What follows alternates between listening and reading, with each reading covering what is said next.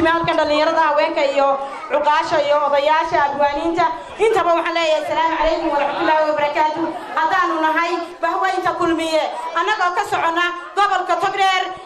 محي هيدا قبل كتقدر ganacsatada waxgaradka dhalinyarada cuqaasha inta yaduba waxaanu taageeraynaa go'aankii maanta ay ku qaadaceen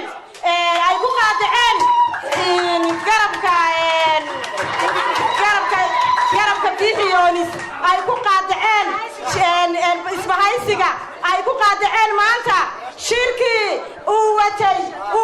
u afduubnaa Muuse Biixi u afduubnaa ay ku qaadaceen waxaanu leenahay hambaliyo waan idinku garab taaganahay sida u qaadacdeen sileed ayaanu anaguna u qaadacnay baanu leenahay waxaanu leenahay madaxweynuhu hadduu doonayo dalka badbaadadiisa ha joojiyo mooshinka afduubka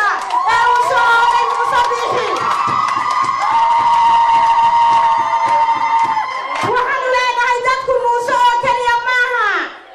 dadku way badan yihiin dadku waa wada kulmiye keligii kulmiye maaha keligii Somaliland maaha dadku waa wada kulmiye dadku waa wada Muuse Biixi amiiran hala joojiyo afduubka uu wada Muuse si ka hortaga madaxweynaha dowladda Somaliland